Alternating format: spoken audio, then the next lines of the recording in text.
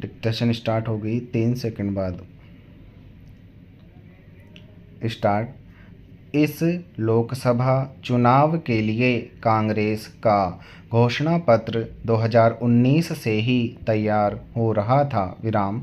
राहुल गांधी ने प्रत्यक्ष रूप से यह देखने और जानने समझने के लिए कन्याकुमारी से कश्मीर तक की ऐतिहासिक पदयात्रा की थी कि आम लोग कैसे और किन परिस्थितियों में रह रहे हैं और उनकी आकांक्षाएं क्या हैं। विराम। उदयपुर सम्मेलन एक ऐसा अवसर बना था जिसमें कांग्रेस पार्टी के नेताओं को 3 दिनों तक एक साथ रहने और देश के सामने आने वाली चुनौतियों और उन पर संभावित प्रतिक्रिया को लेकर विचार विमर्श करने का मौका मिला था। विराम। अखिल भारतीय कांग्रेस समिति के रायपुर सम्मेलन के बाद पार्टी नीतियों का एक ऐसा व्यापक और विश्वसनीय मंच तैयार करने में सक्षम हुई थी जो राज्यों के साथ साथ राष्ट्रीय चुनावों में भी भाजपा को चुनौती दे सकता है। विराम। नव संकल्प आर्थिक नीति की रचना उदयपुर में की गई थी। विराम। केंद्र में गरीब विषय पर रायपुर में विचार विमर्श किया और उसे अपनाया गया था। विराम। कांग्रेस का घोषणा पत्र 5 अप्रैल को जारी हुआ था जिसे न्याय पत्र नाम दिया गया। विराम। इस दस्तावेज के 46 पृष्ठों वर्ग को वंचित कर दिया गया था। विराम। न्याय शब्द में सामाजिक न्याय, युवाओं के लिए न्याय, महिलाओं के लिए न्याय, किसानों के लिए न्याय और श्रमिकों के लिए न्याय शामिल हैं। विराम। लोगों के बड़े वर्ग के साथ भेदभाव किया गया और उन्हें देश की तेज या धीमी विकास गाथा में भागीदारी के उचित अवसर से वंचित किया गया। विराम। कांग्रेस का घोषणा पत्र सबका साथ सबका विकास के नारे पर से पर्दा हटाने और देश के शासकों को आईना दिखाने वाला है। विराम। इसने समता और न्याय के साथ वृद्धि और विकास का एक वैकल्पिक दृष्टिकोण भी प्रस्तुत किया है। विराम। तमिलनाडु के मुख्यमंत्री M.K. स्टालिन ने कांग्रेस के घोषणा पत्र को 2024 के चुनावों का हीरो बताया। विराम। शुरू में मोदी जी और भाजपा ने कांग्रेस के घोषणा पत्र को नज़रअंदाज करने का फैसला किया। विराम। मीडिया ने भी इस दस्तावेज पर बहुत कम ध्यान दिया। विराम। मगर जैसे जैसे इसके अनुदित संस्करण राज्यों तक पहुँचे और उम्मीदवारों और प्रचारकों ने गांवों और कस्बों में इसके मुख्य संदेश पहुँचाए, कांग्रेस का घोषणा पत्र लोगों के बीच चर्चा का विषय बन गया। विराम। पैरा। 5 अप्रैल के 9 दिन बाद भाजपा ने अपना घोषणा पत्र जारी किया। विराम। इस पर किसी ने ध्यान नहीं दिया। विराम। इस मोदी पूजक दस्तावेज के गुणों की प्रशंसा खुद मोदी जी ने भी नहीं की, जिसका शीर्षक है मोदी की गारंटी। 7 दिन बाद 21 अप्रैल को 102 निर्वाचन क्षेत्रों में मतदान हुआ। विराम। उसकी खुफिया जानकारी जाहिर तौर पर भाजपा के लिए बुरी खबर थी। विराम। यह स्पष्ट हो गया कि मतदाताओं ने घोषणा पत्र के किए गए वादों के लिए कांग्रेस और उसके सहयोगियों को वोट दिया है, जैसे कर्नाटक और तेलंगाना में गारंटी के लिए वोट किया था। विराम। इससे मोदी को एक रास्ता मिल गया और 21 अप्रैल को उन्होंने अपनी रणनीति बदल ली। विराम। भाजपा ने अपने नेताओं और सदस्यों के लिए जो पटकथा तैयार की, उससे शायद गोएबल्स को गर्व महसूस हुआ होगा विराम। वह पटकथा थी झूठ और ज़्यादा झूठ और उससे भी ज़्यादा झूठ। अगर सत्य कहीं झूठ का प्रतिकार करता हो तो सत्य को नज़रअंदाज कर दो विराम। यहाँ पिछले 14 दिनों में फैलाए गए झूठों का एक नमूना पेश है विराम।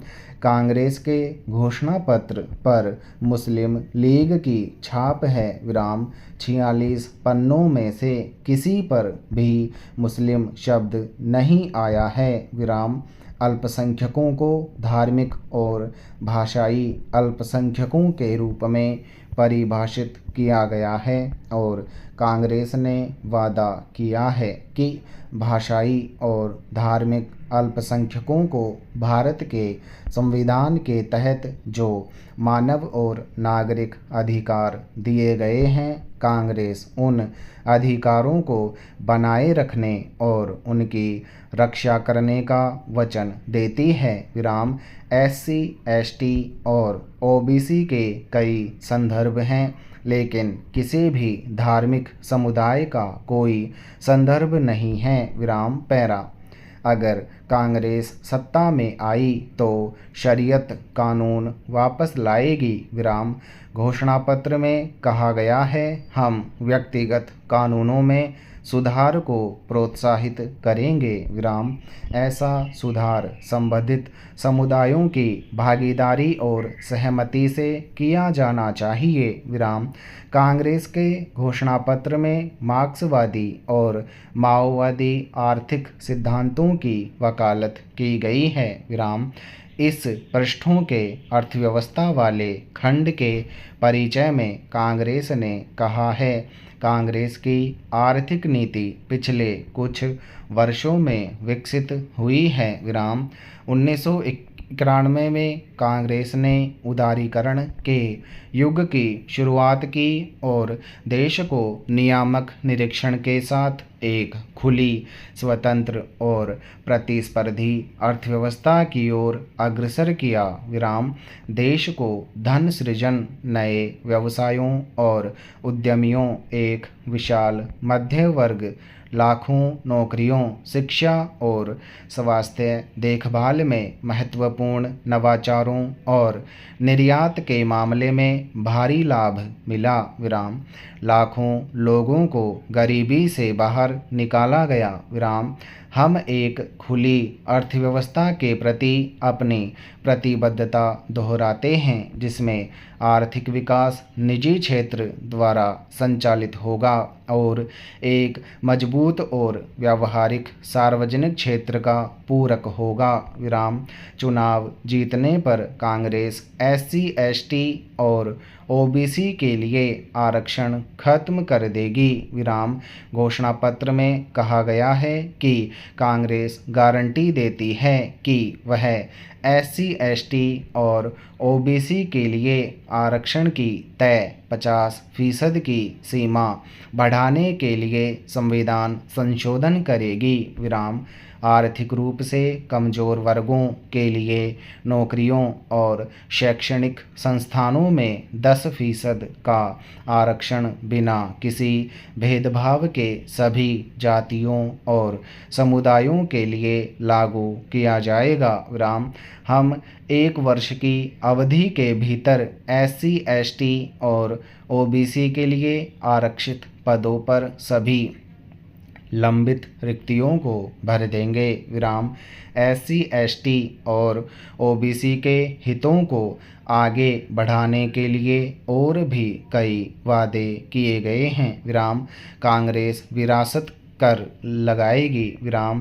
कराधान और कर सुधारों पर 12 बिंदु अनुभाग में कांग्रेस ने प्रत्यक्ष कर संहिता बनाने का वादा किया विराम। 5 वर्षों के लिए स्थिर व्यक्तिगत आयकर दरें बरकरार रहेंगी विराम। 5% पर उपकर और अधिभार की सीमा GST का दूसरा चरण लागू होगा और MSME और छोटे खुदरा व्यवसायों पर करों का बोझ कम करेंगे विराम। इसमें विरासत कर का कोई जिक्र नहीं है, झूठ को सामने रखकर और कांग्रेस के घोषणा पत्र की सच्चाई चुनावी बहस में लाने में सक्षम बनाकर तथा भाजपा के घोषणा पत्र का कोई संदर्भ न देकर मोदी जी ने स्टालिन का समर्थन किया है। उन्होंने स्वीकार कर लिया है कि कांग्रेस का घोषणा पत्र 2024 के लोकसभा चुनावों का असली नायक है। विराम समाप्त।